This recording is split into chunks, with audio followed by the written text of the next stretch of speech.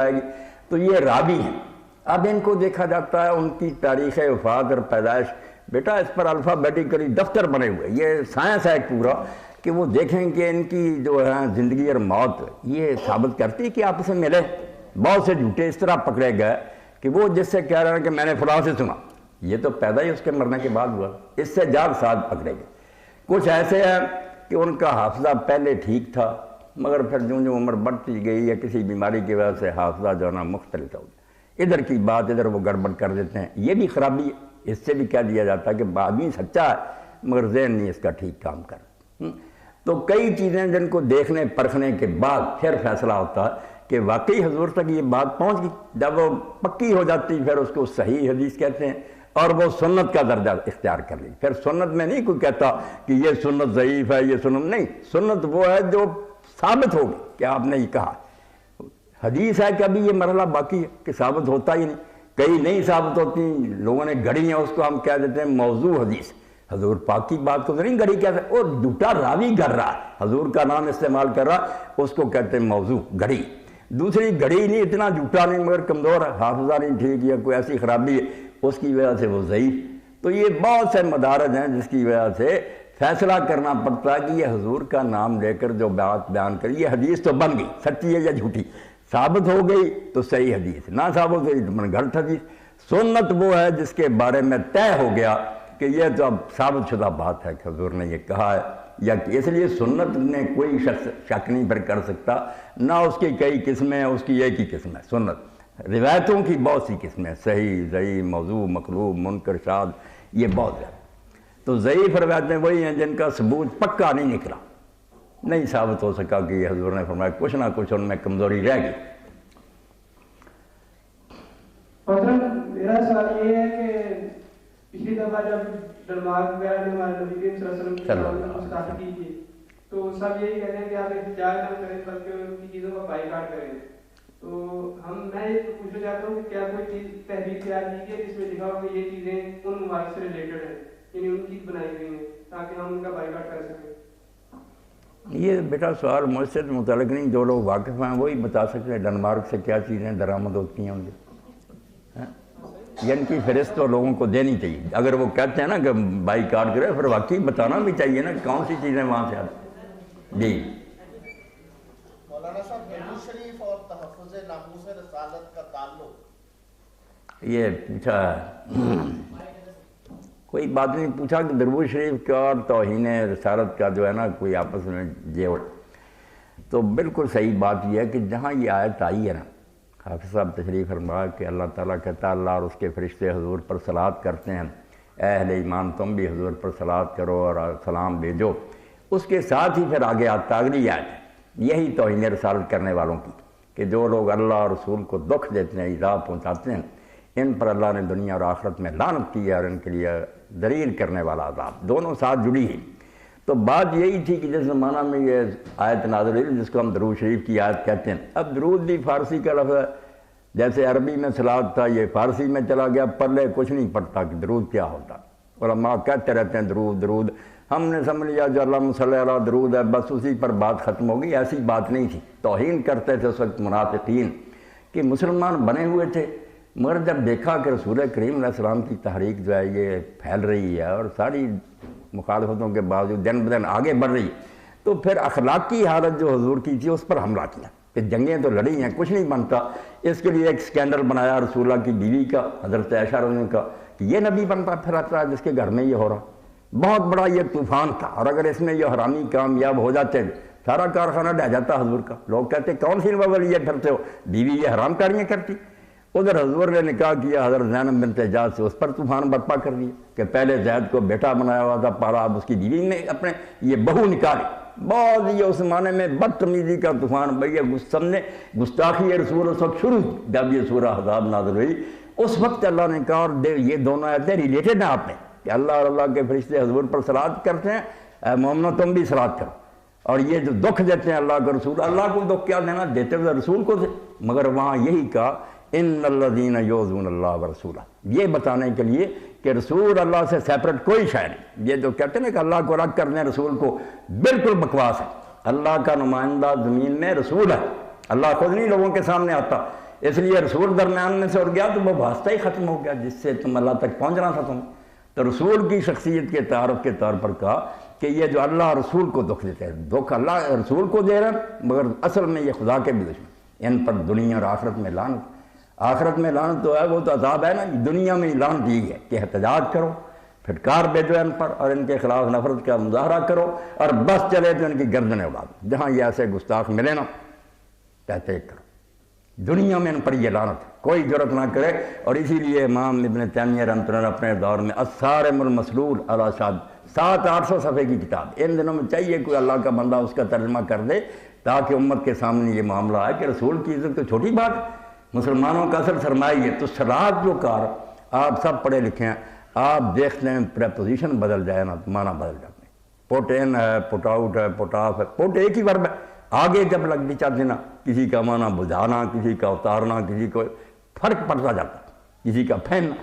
تو صلاۃ کے ساتھ جب عربی زبان میں اعلیٰ آئے گا نا قرآن مجید میں صلی علیہم اولئک علیہم صلوات من ربہم ان اللہ ملائکتہ یصلون علی النبی یا ایھا الذین آمنوا صلوا علیہ، اعلیٰ جب آئے گا تو اس کے معنی کئی ہوں گے.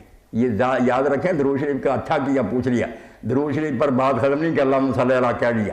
سب سے پہلی بات کہ یہ ہے اللہ کے رسول کی اللہ پاک فرماتا اللہ اور اس کے فرشتے حضور کی تحسین کرتے. پہلا میں ٹو اپلاڈ، آپ شاباش دیتے، میچ ہو رہا واہ واہ بلے بلے زندہ باد شاباش.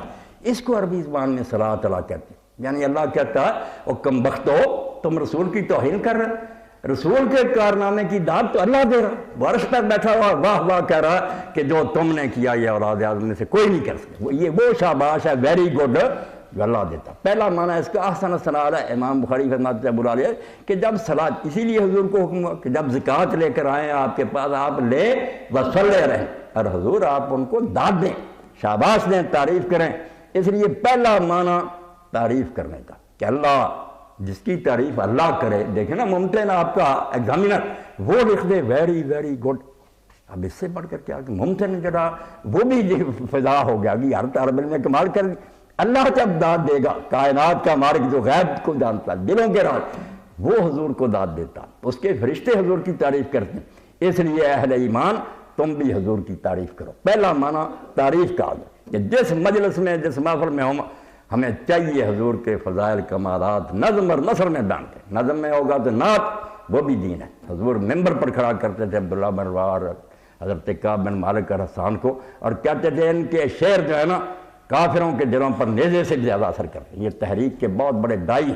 تو پہلا معنی تو یہ ہے کہ یہ نامراد گستاخیاں کرتے ہیں، اللہ اور اللہ کے فرشتے حضور کی تعریف کرتے ہیں. اہل ایمان تم بھی کرو. اور دوسرا معنی پروٹوکول کا ہے، تعظیم کا، کہ اللہ رسول کریم علیہ السلام کا بڑا احترام کرتا ہے. دیکھیں اللہ ہوتے ہوئے پورا قرآن دیکھ رہے ہیں، سارے انبیاء کو اللہ نے یا کہا، یا آدم، یا نوح، یا لوط، سب آیا.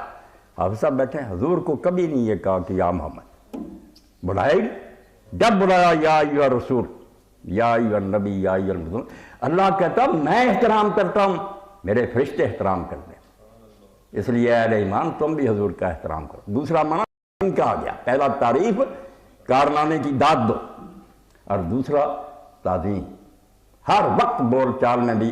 اور میں نے اس بارے میں پڑھا تاریخ فرشتہ میں قاسم لکھتا، آپ لوگوں کو پتہ ہے سلطان ناصر الدین التمش کا بیٹا تھا، بہت نیک ہوا، 22 سال حکومت کی اور اپنے ہاتھ سے کما کر کھاتا، خزانے سے ایک پیسہ نہیں لیا. حالانکہ مسلک العنان بادشاہ تھا مگر بادشاہوں میں سے کچھ اچھے نکلا، ولی تھا. ملکہ خود برتن صاف کرتی تھی. ایک دن ملکہ نے کہا بادشاہ اتنا خزانہ آپ کا، مجھے ایک لونڈی تو دے دیں، خرید دیں. اس نے کہا رسول کی بیٹی نے حضور سے خادم مانگا تھا، اللہ کے نبی نے کہا تھا خادم نہیں مل سکتا، سوتے وقت بستر پر یہ تسبیح کر لیا، تو بھی وہ کر لیا.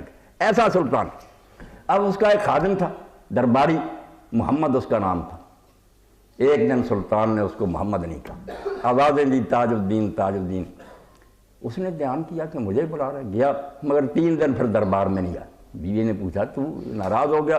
اس نے کہا سلطان نے میرے نام سے نہیں مجھے بلایا، تاج الدین کا. تیسرے دن آ گیا بیچارہ کہ وہ ناراضگی چھوڑ دینی چاہیے. اب اس نے پوچھا کہ سلطان اس دن آپ نے میرا نام نہیں لیا. تو سلطان نے کہا یار بات یہ ہے کہ اس دن میں بے وضو تھا، جب میں نے آواز دی نا تجھے میں وضو کی حالت میں نہیں تھا. اس لیے میں نے اپنا آقا کا نام بے وضو نہیں لینا چاہا۔ عالم ہوتے ہوئے ہم مبلغ ہیں، ہم نہیں اس کا لحاظ کر۔ سلطان وقت کہا رسول کا نام، 1000 بار اگر بشوائم دہن سے مشک و گلاب، ہنوز نام ہے تو گفتن کمال بے ادبی۔ 100 مرتبہ ہم عطر سے دھوئیں منہ، حضور کا نام لیتے ہوئے پھر بھی سمجھنا چاہیے کہ ہم حق ادا نہیں کرتے۔ اللہ کہتا میں تعظیم کرتا ہوں، ادب سے بلاتا ہوں، اور اسی لیے قرآن نے حافظ صاحب موجود ہے سورہ حجرات میں اتار دیا، پوری صورت پر کہ نبی کی آواز سے اونچی آواز نہ کرنا ورنہ سارے عمل ضائع ہو جائے۔ صرف اتنی بات ہے کہ حضور بول رہے ہیں اونچی آواز ان تحبط اعمالکم، تو اللہ کا دوسرا معنی کہ اللہ اور اللہ کے فرشتے حضور کا احترام کرتے ہیں، اہل ایمان تم بھی احترام کرو، اور ساتھ ہر محبت۔ ایک ہوتا ظاہری کہ اوپر سے استاد صاحب کو سلام اندر سے بے ادبی کرتے، فرمایا نہیں، اللہ گرویدہ ہے، فریفتہ ہے، محبت کرتا ہے اپنے رسول سے، اس کے فرشتے محبت کرتے ہیں، اہل ایمان تم بھی محبت کرو۔ اب ان تینوں چیزوں کا نتیجہ کیا نکلا؟ جب حضور صلی اللہ علیہ وسلم سے محبت ہوگی، تعظیم ہوگی، آپ کی مد و ثنا ہوگی، تو لازماً بات ہے کہ ہم داد کیا دیں گے؟ جیسے اس کو کہتے ہیں کہ شاباش شاباش، خوش رہ، دعا ہی نا۔ ہم بندے حضور کو کوئی صلاح نہیں دے سکتے، ہم پھر اپنی طرف سے کہتے ہیں حضور نے سکھایا کہ تم بھائی صرف اللہ کو کہہ دو کہ ہمارے پلے کیا ہے، ہم حضور کا افزانہ دیں، اللہ صلی علیہ، تو اپنے خزانہ رحمت سے بارشیں برسا۔ ہم آج اور ناقص بندے حضور کی محنت کا کیا صلاح دے سکتے؟ اس لیے یہ درود شریف بھی مقرر ہو گیا، اور اتنا درجہ پایا اس نے کہ آپ نے فرمایا جو ایک بار مجھ پر یہ پڑھتا ہے، یہ دعا میرے لیے کرتا ہے، میرا تو اس نے کیا سنوارنا، 10 گناہ اس کے معاف ہوتے ہیں، 10 درجے بلند ہوتے ہیں، اور 10 نیکیاں لکھی گئی۔ تو وہاں گستاخ رسول ہی تھے جو حضور کو، صورت پوری اسی پر ہے، ان کے آگے ذکر ہے کہ یہ اللہ رسول کو جو دکھ دے رہے ہیں ان پر تو لعنت ہے، مگر جتنا یہ حضور کو گرانا چاہتے ہیں، اہل ایمان تم تو قدر کرو کہ تمہیں یہ ایمان کی دولت ان سے ملی ہے، اس لیے محبت کرو، تعظیم کرو، آپ کی تعریفیں کرو، اور دن رات آپ کے لیے دعائیں کرو۔ یہ ڈاکٹر صاحب درود شریف کی یاد کر اس کا آپس میں رہو جی۔ بالکل یہ بات ایسی تھی کہ میں سمجھتا ہوں آپ لوگ بھی متاثر ہوئے ہوں گے۔ یہ موضوع ہمارے لیے کوئی عقلی نہیں ہے کہ صرف سوچنے، ہمارے لیے ہے یہ جذباتی، مرنے مارنے کی بات ہے۔ ہمارے لیے اس دنیا میں کوئی شے نہیں سوائے اللہ کے رسول، سب سے بڑی دولت یہ چھن جائے نا، بندہ ہے مومن، کوئی مومن نہیں ہے۔ ہم سب کچھ ضائع کر سکتے ہیں۔ میرے ذہن میں آ کہ حافظ اختر شیرانی جو تھا وہ شرابی تھا، شاعر تھا، تو ایک دن بیٹھے تھے تو ایک نامراد نے نا حضور کی بے ادبی کی۔ اب اس کو اتنا غصہ اختر نے تھپڑ مارا، وہ کہنے لگا یار روز میرے ساتھ شرابیں پیتا، سرما دیتنا، اور کہنے لگا اختر کے پاس اور رہا کیا، سب کچھ برباد کر بیٹھا ہوں تمہاری صحبت میں، ایک یہ نام رہ گیا کم بختو، تم یہ بھی چھیننا چاہتے ہو۔ اس لیے مسلمان کے لیے میرے بچوں عزیزو، حضور کی ذات سے بڑھ کر اللہ کے بعد کوئی شے، اس لیے اس بات کو بھی اگر آدمی بغیرتی سے برداشت کر دے موت ہوگی۔ جی پوچھیں۔ مولانا السلام علیکم۔ وعلیکم السلام۔ یہ خودکش حملوں کا اسلام میں کیا حیثیت ہے؟ بعض علماء کہتے ہیں مصر کے اور سعودی عرب کے کہ اگر کسی مسلم کنٹری میں کسی غیر ملک کا قبضہ ہے ان کے خلاف آپ خودکش حملے کر سکتے ہیں اور وہ بندہ شہید ہے، لیکن بعض علماء کہتے ہیں کہ اپنے آپ کو جان بوجھ کے ہلاکت میں ڈالنا یہ خودکشی ہے۔ نہیں، بات تو میرے عزیز وہی ٹھیک ہے کہ جہاں تو ہمارے لیے جہاد کی اجازت ہے، جہاد خواہ بیچ میں نہ کہ پوری دنیا میں فساد برپا کریں اور اس کو جہاد کا نام دیں، یہ بھی تو کوئی بات نہیں، اس کے لیے کچھ قواعد ہیں، ضوابط ہیں۔ تو جن علاقوں میں تو کفار گھس جاتے ہیں نا، ہجوم العدوبہ کہ دشمن مسلمانوں کے ملک میں آ گیا، ایران افغانستان، وہاں تو جہاد فرض عین ہو جاتا، کسی عورت کو مرد سے پوچھنے کی ضرورت نہیں، بچے کو باپ سے، سارے مسلمانوں پر فرض ہے کہ وہ قبضہ چھڑائے۔ اس کے لیے جو کوشش کریں گے بالکل جہاد فی سبیل اللہ، حکومت وہاں کی اچھی ہے بری کوئی نہیں، وہ دارالاسلام تھا، مسلمانوں کی ٹیریٹری تھی، کفار غالب آ گئے، وہاں ٹھیک ہے۔ خود کش کا عملے جو ہے نا، اس کے بارے میں جو کہتے ہیں یہ حرام ہے، جھوٹ بولتے ہیں، خود کش حملے کے بغیر کوئی بات نہیں بنتی۔ جو جہاد کے لیے جاتا خود کش تو ہوتا، مرنے کے لیے جاتا نا، دوسرے کو تو شاید مارے نہ مارے، آپ تو جان ہتھیلی پر لے کر جاتا، اس لیے جہاد کو ہی پھر روکنے کہ مرنا نہیں، وہاں جا رہا ہے بم سے مرے یا کفار کی تلوار سے مرنا تو ہے، خودکشی کے لیے جا رہا ہے، مگر یہ خودکشی نہیں، اللہ کی راہ میں زندہ ہو جانا۔ پر اس کے لیے آپ دیکھیں کہ جب یہ قسطنطینیہ جو ہے اس پر چڑھائی ہوئی تو حدیث پاک میں آتا ہے کہ ایک جو نا مسلمان وہ کفار میں گھس گیا، بجائے بم سے اڑانے کے، اب تو نکل آیا نا، اچھا ہو گیا، اس وقت تو یہ سب گھس گیا، لاکھوں کی فوج میں اکیلا چلا گیا، خودکشی تھا۔ تو لوگوں نے کہا کہ لا تلقوا بأیدیکم الی التہلکہ، قرآن تو کہتا اپنے آپ کو ہلاکت میں نہ ڈال، یہ غلط کر۔ تو حضرت ابو ایوب انصاری رضی اللہ عنہ صحابی رسول اور حضور کے میزبان موجود تھے، انہوں نے کہا کیوں قرآن کی غلط تشریح کرتے ہو؟ ایک آدمی کام کر رہا جو کرنے کا، تم الٹا اس کو کیا کہتے ہو یہ ہلاکت میں ڈال رہا؟ اور خدا کے بندو یہ آیت اس لیے نہیں آئی، انہوں نے جو تشریح دیکھے نا بظاہر یہی ہے کہ یہی کہتا کہ لا تلقوا، خطرے کے کام نہ کرو، خطرے کے کام نہیں کرنے تو کامیابی کیسے ہوگی؟ خطروں میں تو پڑھنا پڑتا۔ آیت اور مقصد کے لیے نازل فرمایا، آیت اس لیے آئی تھی کہ ہم انصار جو تھے نا حضور کا ساتھ دیتے رہے، جہاد کیے، مال خرچ کیے، پھر ہمارے ذہن میں آیا کہ یار ہم اپنے کاروبار کی طرف توجہ نہیں کر سکے، اب بہت لوگ جہاد کرنے والے ہو گئے، اب ہمیں اپنی کھیتیوں اور باغوں کی کچھ فکر کرنی چاہیے، یہ ذہن میں آیا۔ وہاں اللہ نے اتارا، اس حملے پر نہیں، یہ اتارا کہ اگر جہاد چھوڑ کر کاروبار ٹھیک کرنے میں لگ جاؤ گے تو اپنے آپ کو ہلاکت میں ڈالو، یہ موت ہوگی مسلمانوں کی۔ ایت اس لیے آئی تھی کہ جہاد نہ چھوڑو اور خود کچھ حملے کرو، تم الٹا برت رہے ہو۔ یہ جو ہم کاروبار کی طرف لگے تھے نا بیان کرنے، ہمیں اللہ نے کہا کہ اگر کھیتیوں میں لگ گئے اور جہاد مطلب کر لیا تو تم برباد ہو جائے۔ وہاں ذکر ہی ہے، جہاد کا ذکر ہے، اللہ کی راہ میں وہاں ہے کہ اپنے آپ کو ہلاکت میں نہ ڈالو، یعنی اندر گھس جاؤ گے بزدل بن کر، یہ ہلاکت کی راہ ہوگی۔ اور جو نکلتے ہیں اور سینہ تان کر مرتے ہیں، یہ بیچارے بالکل اللہ کی راہ میں مرتے ہیں۔ اچھا باقی دیکھنا چاہیے کہ مرتے کہاں، یہ تو نہیں کہ اپنے ملک میں سفارت خانے پر بم گرا دیں، یہ جرم ہے۔ آپ لوگ اگر چاہتے ہیں نا نہیں ان سے تعلقات اچھے تو حکومت ان سے کر دے ختم کہ ہمارا معاہدہ ختم ہے، کوئی سفیریاں نہ رہا، چلے جا اپنے ملک، پھر وہاں جا کر کریں۔ یہاں اپنے ملک میں آپ یقین جانیں دین ہے نا اس کی پابندی کرنی ہے، یہ جہاد کے نام پر غلط کام نہ کرے، دنیا میں بدنامی ہو جائے۔ کہ جو لوگ ہمارے ملک میں رہ رہے ہیں ان کو ہم نے امن دیا، حکومت کے وہ مستعمل ہیں، حکومت نے ان کو ویزے دیے ہیں، ملک میں رہ رہے ہیں، ان کی حفاظت کی ہماری اسٹیٹ ذمہ دار ہے۔ جو یہاں کے غیر مسلم ہیں یہ ذمہ ہے، گارنٹیڈ، ان کو نقصان پہنچانا مسلمان کو مارنے سے زیادہ گناہ ہے۔ آپ عیسائیوں کا گرجا جلا دیں، کسی عیسائی کو مار دیں، مسلمان کو مارنے سے زیادہ گناہ۔ حضور نے فرمایا 3 گروہ ایسے ہیں انا خصمہم یوم القیامہ، قیامت کے دن میں ان کے خلاف مدعی ہوں گا، میں مقدمہ لڑوں گا، جن میں سے ایسے لوگ بھی ہیں جنہوں نے اپنے ملک میں غیر مسلموں کا آباد کیا اور پھر ان سے دھوکہ کیا اور ان کو نقصان پہنچایا۔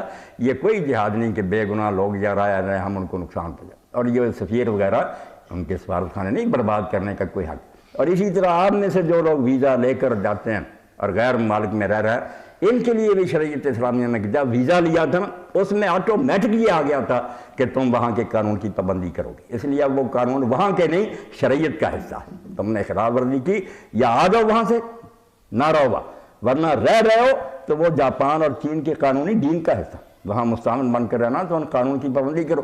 دین ہے یہ بیٹا جس پر ہم چلیں، کوئی ہمیں بدنام نہیں کر سکتا، نہ ہماری معقولیت میں شبہ کر سکتا، اور اگر ہم نادانوں اور بیوقوفوں کی طرح خام خواہ لوگوں کو مارتے پھریں تو یہ دعائی تو مچے ہی کہ یہ شرارتی ہیں فسادی۔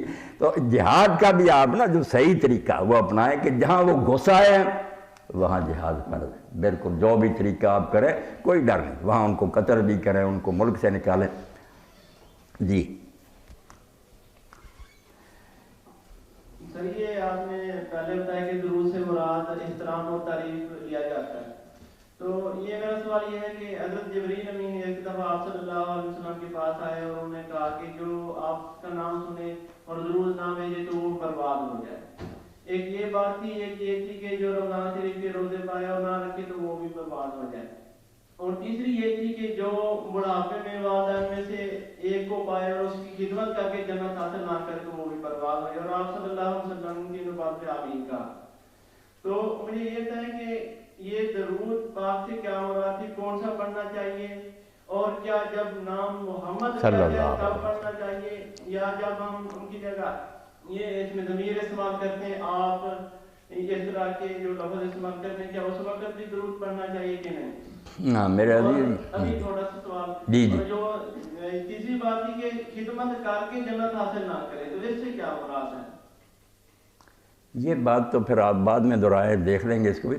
جو درود شریف کی بات ہے نا وہ آپ سب حضرات نے دیکھ لیا، یہ درود شریف پڑھنے کا میں نے انکار نہیں کیا، اس کے تو فضائل بیان کیے نا، جن میں سے بچے نے بھی کچھ بیان کیے کہ وہ کم وقت ہے جس کے سامنے آپ کا نام، مگر میں نے اس کا مفہوم وسیع کیا کہ اس میں آپ سے محبت، آپ کی تعظیم، آپ کی تعریف، یہ پہلے بنیادی چیزیں جو ذہن میں جب بیٹھ جاتی نا تو جیسے جام لبریز ہو جاتا نا، پیالہ چھلکتا، پھر اس کو کہنے کی ضرورت نہیں کہ درود پڑھ صلی اللہ علیہ وسلم علیہ السلام خود بخود نکلتا. حضور کے احسان اس کے ذہن میں اتنے سمائے ہوتے ہیں، وہ یہ کہہ بغیر رہ ہی نہیں سکتا کہ اللہ کے رسول اگر آپ نہ آتے تو ہم جیسے حضور کے ہی شاعر نے کہا عبداللہ بن رواحہ نے کہ اللہ کے رسول اگر آپ نہ ہوتے، نہ ہم نمازیں پڑھتے، نہ صدقے کرتے، نہ جہاد، یہ سارا آپ کی برکت سے ملا. تو درود شریف کی جو باتیں کہی بیٹے نے بالکل ٹھیک ہے کہ جب ذکر کریں آپ کی تعظیم میں یہ داخل ہے کہ ادب کے کلمات کہیں، علیہ الصلاۃ والسلام ہی کہیں، صلی اللہ علیہ وسلم کہیں.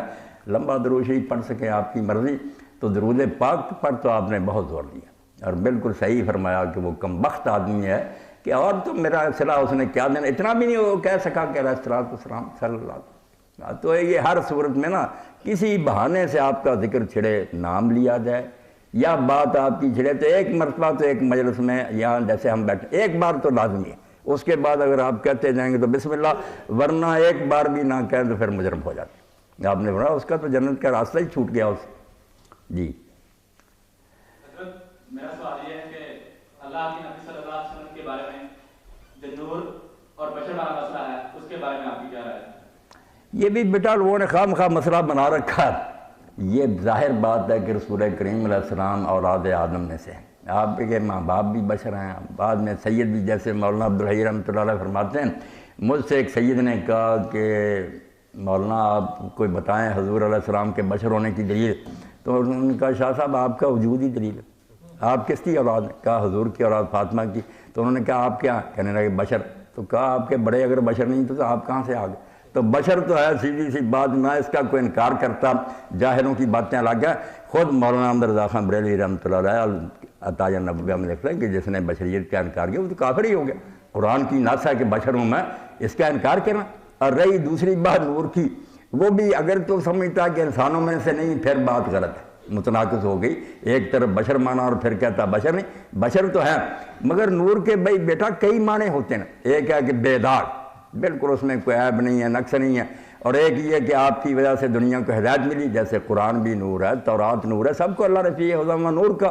تو اس لحاظ سے تو آپ نور ہی نہیں، صرف سراج منیرہ ہے. اللہ نے قرآن میں کہا کہ ایسا آفتاب ہے سورج جس سے پوری دنیا میں نور پھیلے گا. آپ میں نور نہ ہوتا تو ہم نے کہاں آتا؟ ایمان اور ہدایت اور دین اور تقویٰ، یہ نور تو آپ ہی اس کے منبع ہیں، آپ میں یہ پاور ہاؤس میں تھا اور امت میں یہ پھیلا. تو اس لحاظ سے بالکل نور ہے کہ آپ بے داغ ہیں، معصوم ہیں. اور دین اگر روشنی ملنی ہے تو صرف حضور نے لکھے. مگر ہے انسان، انسان کے بارے میں بیٹا یہ جو مولویوں نے بٹھا دیا اصل میں شیطان کا اغوا نا کہ ابلیس دشمن تھا کہ مٹی سے بنایا اور اس سے سجدے کروا، وہ گمراہ کر گیا ہمیں کہ ہاں رسول کو خاکی کیا دیا. عقل نے کام نہ کیا کہ نوری اگر اعلیٰ ہوتے تو اللہ ان کو کیوں حکم دیتا کہ خاکی کے سامنے جھکو.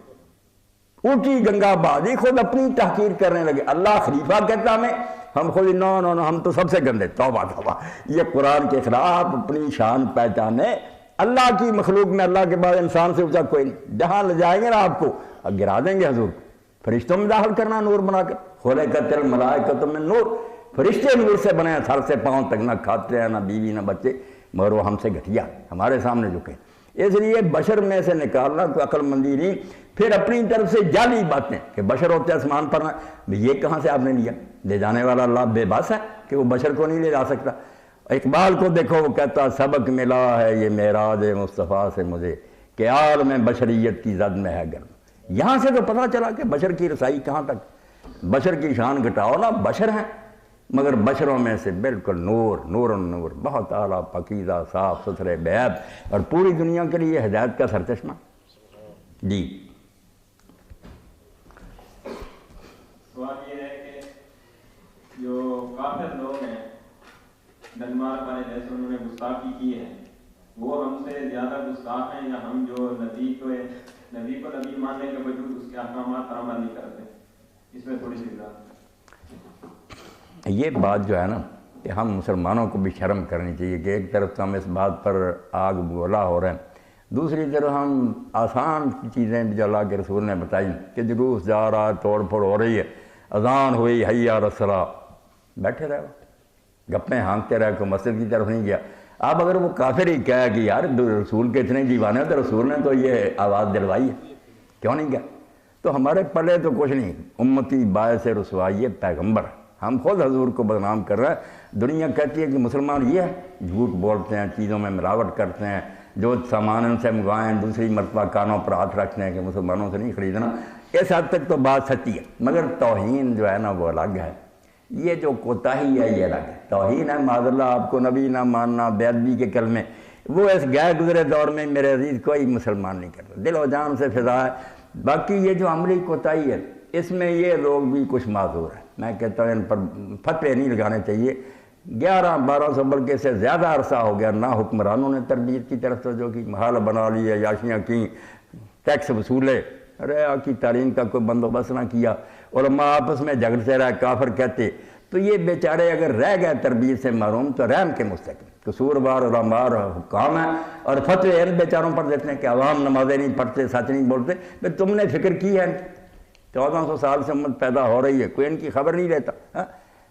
تو اس لیے یہ اپنی ذمہ داری پہچانے حکمران علماء، کچھ ان کو نیک بنانے کی کوشش، گئے گزرے دور میں بھی جیسے اقبال کہتے ہیں کہ نہیں ہے نا امید اقبال اپنی کشت ویراں سے، ذرا نم ہو تو یہ مٹی بڑی زرخیز ہے سچ۔ تو جان دینے کے لیے تو ان کو اگر تیار کیا جائے، نمازیں کیوں نہیں پڑھیں گے؟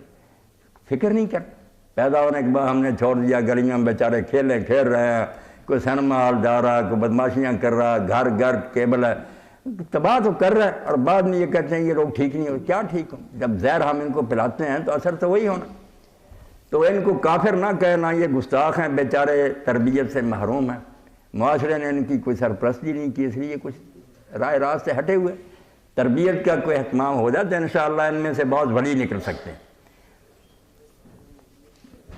جی مولانا صاحب، یہ مخلوط نظام تعلیم ہے یونیورسٹی میں، تو اساتذہ کو کس حد تک اس نظام تعلیم میں اپنے آپ کو محفوظ رکھنا چاہیے؟ محفوظ تو جتنا رکھ سکتے ہیں بیچارے رکھیں، مگر کیا کریں۔ مولانا یہ بات کریں کہ یہ ایجوکیشن سسٹم جو ہے یہ غیر اسلامی ہے، اسلامی ہے یا کیا ہے؟ ہاں یہی بات، اصل میں تو یہ بات ہے کہ یہ سارا نظام تعلیم جو ہے نا یہ ہے غیر اسلامی، مخلوط غیر مخلوط تو الگ رہا، یہ سارا نظام تعلیم جس کی بنیاد الحاد اور کفر پر ہے۔ اس میں اللہ کا نام اگر آ جاتا نا، چیمہ صاحب یا کوئی پروفیسر اپنی طرف سے کبھی اللہ رسول کا ذکر کیا، ان کی اپنی مہربانی ہے، ورنہ انہوں نے نامرادوں نے ایسا نظام تعلیم بنایا کہ اس میں بھول کر بھی نہ خدا کا ذکر ہے نہ بالکل کفر اور الحاد کی تعلیم۔ اس لیے جیسے سید مودودی نے وہاں اسلامیہ کالج میں کانوکیشن تھا BA کی اسناد تقسیم کرنی تھی، وہ خطبہ تقسیم ہے، مولانا کیا بھائی یہ جو سند دے رہے ہیں نا آپ کو، یہ ہے ڈیتھ سرٹیفکیٹ، انہوں نے تسلی کر لی اپنی طرف سے کہ تم کافر ہو چکے ہو، اگر تم بچ گئے ہو گئے تمہاری خوش کسر نہیں چھوڑی انہوں نے بے دین بنانے۔ تو ساتھ ہی اور کریلا اور نیم چڑا مخلوط، یہ تو مخلوط جو ہے اس کی دین میں کیا گنجائش ہو سکتی؟ آپ دیکھیں جس صورت کا ذکر کر رہے تھے درود شریف والی، وہاں امت کی سب سے اعلیٰ ترین خواتین رسول اللہ کی بیوی جن کو مائیں کہا گیا، اور کہا آپ کے بعد بھی نکاح کا ان کے بارے میں کوئی سوچے نہ ورنہ مردود ہوگا، ان کو اللہ نے کہا کہ ان سے کوئی چیز پوچھنی ہے نا یا لینی ہے فَاسْأَلُوهُنَّ مِن وَرَاءِ حِجَابٍ، پردے کے پیچھے۔ اور وہاں جو اللہ نے تشخیص کی کہ ان کے دل بھی اور تمہارے دل بھی پاک رہنے کا ایک ہی طریقہ، یعنی رسول کی بیویاں جو اللہ کا کہا ان کے دل بھی اسی حالت میں پاک رہیں جب ان کے ہاں خطرہ ہے کہ کھلم کھلا میل ملاقات اور دل پاک نہیں رہ سکتے، تو ہم کون ہیں؟ تو یہ بہانے ہی بناتے ہیں یہاں سے اوپر ہی کہ نہیں آدمی کو اپنے پر کنٹرول ہونا، آپ بچے سب جانتے ہیں، استاد بھی جانتے ہیں، یہ منہ کی باتیں ہیں۔ ورنہ میرے استاد سے پروفیسر منظور حسین شور ہے تو سوشلسٹ ذہن کے تھے، شاعر تھے، وہ کہتے تھے جھوٹ بولتے ہیں، بالکل کتے بکواس کرتے ہیں، آگ پر موم رکھ دی جائے اور کہا جائے وہ پگھلے نا، جیسے یہ ناممکن ہے عورت مرد جب بالغ اکٹھے ہوں گے سہاری نہیں پیدا ہوتا کہ انہیں آپس میں ایک دوسرے کی طرف کشنا، تو جھوٹے منافقوں کی کوئی بات نہیں، اوپر سے کہتے رہیں گے اور جب موقع ملے گا لڑکیاں اغوا کر کے لے جائیں گے، بدماشیاں سب کو آپ دیکھ ہی رہے، اخبار پڑھے پڑے۔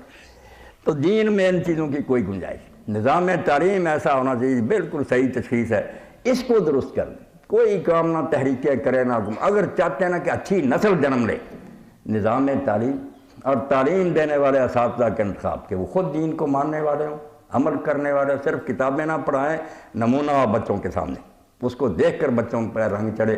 اس کے لیے ضروری ہے کہ یہ سارے سلیبس نئے سرے سے تیار ہو۔ سچی بات یہ کتابیں آپ کہاں سے منگوا لیں کوئی فائدہ نہیں ہوگا، ایسے علوم تیار کیے جائیں کیمسٹری اور فزکس اور جغرافیہ اور تاریخ کی بنیاد میں دین رچا ہوا کہ اللہ ہے، رسول ہے، آخرت ہے، اس میں اس طرح سمو دینا کہ آپ پڑھ جغرافیہ رہے، اس میں ہی نظر آئے گا کہ جو زمین کو چلا رہا اور اس نے یہ سامان کیے ہیں، کہیں پہاڑ ہیں، کہیں آبشاریں کیوں بنائی. جب حکمت نظر آئے گی آپ بالکل دعائی دیں گے کہ واقعی یار ہم اس کمرے میں جغرافیہ نہیں پڑھ رہے، قرآن پڑھ رہے ہیں.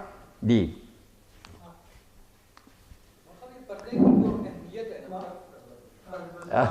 حافظ صاحب ایران کرنے والے ہیں. جی میں نے تھوڑا اسی میں کمنٹ کرنے ہیں کہ مطلب اگر اسلامی ملک ہے جیسے ہم کہتے ہیں کہ پاکستان اسلامی ملک ہے، یہ پتہ نہیں ہے یا نہیں، کوئی لیکن مسلمانوں کا ہے. ایک کافرانہ نظام ہم چلا رہے ہیں تو اس کی کیا ہوتی ہے؟ بالکل یہی بات. فرض ہو گیا یا نہیں؟ نہیں جہاد نہیں فرض ہوا، جہاد ایک رنگ میں فرض ہی ہے.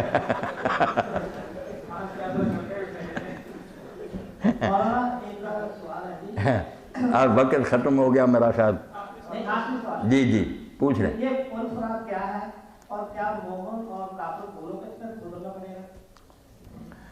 پل صراط کے بارے میں سوال کیا ہے بھائی ہیں، اگلی دنیا کے بارے.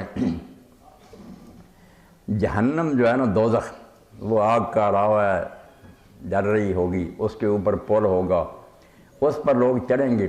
جو سوال کیا کافر نہیں چڑھیں گے، وہ آپ سمجھ لیں کہ اگلی دنیا میں جو کچھ ہے نا کوئی نئی چیز نہیں، اسی دنیا کی چیزیں ہیں جن کی ایک شکل بن کر سامنے آئے گی. تجسم، نماز ہے حور بن کر آ جائے گی، علم ہے وہ دودھ کی نہریں ہوگا، لباس جو جنت میں ہوں گے وہ ہمارا تقویٰ ہوگا. جو وہاں خون پئیں گے اور خنزیر کھائیں، مردار کھائیں گے، وہ یہاں کے زنا اور بدکاریاں ہوں گی. یہاں کی نیکیاں اور بدیاں اس دنیا میں جا کر ایک ظاہری شکل اختیار کر رہے ہیں. اب صراط مستقیم جو نا سٹریٹ پاتھ، یہ بال سے باریک ہے اور تلوار سے تیز. یہاں ہی ہے کہ افراط اور تفریط. جہاد میں ادھر لڑک گئے وہ بھی گمراہی، چھوڑ بیٹھے کوتاہی وہ بھی گمراہی. بالکل یہ تلوار کی طرح تیز ہے، حدود کی پابندی ہر معاملے میں ایسا ہی ہے. دین خود ایسا ہی ایک صراط مستقیم ہے جس پر ہم چل رہے ہیں. پل صراط پر یہاں ہی ادھر لڑ کے پھر نیچے جہنم ہے. جو بچ بچا کر کہتے ہی صراط مستقیم ہے جس میں نہ افراط ہے زیادتی، نہ تفریط کم. یہ بہت درمیان کا نقطہ ہے نا، سوئی درمیان میں میزان کے. مشکل پوری زندگی خیال رکھنا کہ نہ بچوں کی محبت میں حد سے بڑھ جاؤں کہ دین چھوڑ دوں، نہ یہ کہ راہب بن جاؤں جنگلوں کو چلا. یہ آپ یقین کر لیں کہ جنت میں جو نعمت آئے گی وہ یہاں کی کوئی نیکی ہوگی. جب آپ اس کو چکھیں گے نا آپ کو یاد آ جائے کہ ایسا مزہ تو یار نماز میں آیا تھا. یہ حور جو ہے نا وہی نماز ہے. خیرات دیتے وقت آپ کو جو سکون ملا تھا نا، جب وہ سچ مچ بہت اعلیٰ شکل میں آئے آپ دعائی دے اٹھیں گے کہ واقعی جب میں نے کسی مسکین کی خدمت کی تھی تھوڑا سا لطف آیا. جنت میں وہ سارے آپ کے سامنے گھوم جائیں گے کہ میری نیکیاں، چکھا ہوا مزہ محسوس ہوگا. اور دوزخ میں آپ جائیں گے جو بھگتیں گے نا سب یہاں کی برائیاں ہوں گی. تو پل صراط بھی اصل میں یہی راستہ جس پر ہم چل رہے ہیں. تو کافر اس پر چڑھے ہی نہیں، وہ تو دروازوں میں سے داخل ہو جائیں گے. منافق اور مومن جو ہے یہ دونوں چڑھے گے، کیونکہ سچے مومن بھی ظاہری طور پر مسلمان ہیں، منافق بھی کرنے کا یہ چڑھیں گے. مگر پھر نور بجھتا جائے گا، روشنی ہوگی. سورہ حدید میں آتا ہے جہاں جہاں کسی کی نیکیاں ختم ہوتی تھیں اندھیرا ہوتا جائے گا، وہ گرتا جائے گا. اور پہلے آگے نکلنے والوں سے کہے گا بھی کہ ذرا رک جاؤ مجھے بھی روشنی لے لے. وہ کہتے نہیں پیچھے سے جا کر روشنی ہو. ان کا مطلب ہوگا کہ دنیا میں ملتی ہے. یہ بیچارہ پیچھے کی طرف دیکھے گا اتنے میں آگے آڑ ہو جائے گی، دیوار بن جائے گی، گرتا جائے گا. یہاں جو ہم کر رہے ہیں نا فلم، یہی وہاں آئے گا کہ صراط مستقیم پر جا رہے ہیں، جہاں جہاں سرمایہ ختم ہو رہا نیکیوں کا گرتے جا رہے ہیں. جو آخر تک ثابت قدم رہے وہ پار ہو جائیں گے. ان میں بھی فرق فرمایا، کچھ بجلی کی رفتار سے گزر جائیں گے جتنا نیکیوں میں کوئی ثبت کرتا، کچھ گھوڑے کی رفتار سے جائیں گے، کچھ اونٹ کی، کچھ پیدل، کچھ گھستے ہوئے. دنیا میں جو ہم کر رہے ہیں نا یہی ہے وہ صراط جس پر چل رہا ہے. یہ سچ مچ وہاں بنا ہوا نظر آئے گا کہ دوزخ ہے اور پل ہے یہاں ہی. اب بھی ہم پل پر ہی کھڑے ہیں، نیچے دوزخ ہے، ادھر افراد تفرید جو ہے وہ دین سے ہٹ جانا ہے. باریک راستہ ہے. اسی کو عیسیٰ علیہ السلام نے کہا بائبل میں اب بھی ہے کہ نیکی کی راہ تنگ ہے اور اس پر چلنے والے تھوڑے، مشکل. بدی کی راہ فراخ ہے، اس پر چلنے والے بہت ہیں. وہ جرنیلی سڑکیں ساری دنیا جا رہی ہے آرام سے دوزخ کو. تو یہاں جو کچھ حال ہے نا یہی وہاں تجسم ہوگا. یہ مسئلہ ذہن میں رکھیں. جب بھی دوزخ جنت کا بیان کریں کوئی مولوی جو کہ وہاں نئی شے کوئی نہیں، یہاں کی نیکیاں پلے پڑ جائیں گی اور جو برائیاں اللہ کہے گا ذالک مما قدمت یداک، یہ تیرے کیے وہ کرتوت. کوئی تھرا گوشت بن گیا، کوئی پیپ حضور نے فرمایا میں نے ایک دریا دیکھا، غوطہ کھا رہے ہیں فرشتے، پتھر لیے سر باہر نکالتے ہیں، پھوڑتے ہیں، پھر یہ خون، یہ سود خور لوگ غریبوں کی غریبی کا ناجائز فائدہ اٹھاتے ہیں، قرضہ لینے آ گیا اس کا خون پیا، تو پی رہے ہیں خون یا مگر نظر نہیں آتا، وہ سچ مچ ہوگا کہ خون ہی پی رہے ہیں۔ آپ نے دیکھا کہ خوشبودار گوشت پڑا ہو وہ نہیں کھاتے، ادھر سلاد ہے بدبو سے کھا رہا ہے، فرمایا یہ زانی لوگ کہ حلال بیویاں موجود تھیں، ادھر نہیں حرامی جاتے، بدبودار کی طرف جاتے۔ تو اس دنیا کے اچھے یا برے اعمال وہاں جنت اور دوزخ بننے، یہی صراط ہوگا وہ۔ جی ہم یہ سمجھتے تھے لائقی فراغت تعلیم، پروفیسر صاحب پوچھ رہے تھے دنیا دور میں سارا آب ہی بگڑا ہوا ہے، نظام تعلیم اسی مناسبت سے پھر آگے خرابیاں پیدا ہو رہی ہیں، تو ہم اقبال نے تو خود کہا کہ جیسے کہ ہم سمجھتے تھے لائقی فراغت تعلیم، جہاں خبر بھی چلا آئے گا الحاد بھی ساتھ، تو ہم تو سمجھتے ہیں کہ مادی علوم پڑھیں گے تو چلو راحت و آسائش ملے گی اور معاشیات میں فائدہ پہنچے گا، لیکن تو الحاد بھی ساتھ چلا آیا، کیونکہ اس کو بنانے والوں نے شروع سے تحقیق کرتے سلمانوں سے فرمایا کہ اللہ اس کے رسول اور دین کو بالکل نکال دیا تھا، خالص مادی بنیادوں پہ اور انکار مذہب کے بنیادوں پہ چونکہ اس کو چلایا تھا اس لیے، اور اس میں جو فرمایا کہ کریلا اور نیم چڑھا اس کے ساتھ جوان لڑکیوں کو نوجوان بچوں کے ساتھ شامل کر دیا، اسی طرح ٹیچر کے ساتھ بھی جوان شامل کر دیا، اب اس کے بعد کریلا اور نیم چڑھا تو وہ صورتحال تو ہو ہی گئی ہے۔ تو بہرحال یہ کہ سب چیزیں اسلام الگ ہیں، جہاد کے اوپر ماہر جہاد میں درجہ بتا رہی ہے نا، ساری قوم کو در حقیقت اس نظام سے جو خالص دین کی انکار کی بنیادوں پر قائم ہے، صرف نظام تعلیم نہیں بلکہ ملک کے تمام اجتماعی اداروں کے اس وقت تانا بانا خراب ہے، تو سب کو ہی درست کرنے کی کوشش کرتے رہنا چاہیے انشاءاللہ، اور یہ اللہ نے چاہا تو فضل ہو بھی جائے گا۔ تو بہرحال یہ سوال جواب کا سلسلہ اگر سارے دن بھی چلتا رہے تو کبھی کسی کو گلانا گزرے، کیونکہ جب سوال کرنے والے بھی ماشاءاللہ علم والے اور جواب دینے والے بھی علم کا سمندر ہوں تو ظاہر ہے تو موضوعات بھی ایسے ہوں تو ہے، تو اس کو روکنا ناگوار گزرتا ہے، لیکن بہرحال پھر وقت ہی ہے، اس لیے مولانا صاحب کا بہت بہت شکریہ، اللہ ان کو جزائے خیر دے، اللہ ان کو عمر سے برکت عطا فرمائے، اور ہم انشاءاللہ استفادہ کرتے رہیں گے۔ تو آج کی اس نشست کا ختم کرتے ہیں اور مولانا صاحب سے گزارش ہے کہ وہ دعا فرما کے اس وقت میں ان بچوں کا شکر گزار ہوں، یہی ہماری آئندہ کی متاع ہے، ان پر بڑی امیدیں اللہ تعالیٰ ان میں سے کچھ بھی ایسے۔ تو ڈاکٹر صاحب کی بات پر صرف اتنا اضافہ کروں، جہاد جو ہے نا وہ ہر وقت فرض ہے، قتال کی بات، آپ جب جہاد کی بات قتال آ جاتا ہے نا ذہن میں کہ جنگ لڑائی، قتال کی نوبت کبھی کبھی آتی ہے، اس کے خاص ہیں حالات۔ جہاد جو ہے نا اٹ موسٹ انڈر کہ اپنی انتہائی کوشش زبان سے ہو، تعلیم دے کر ہو،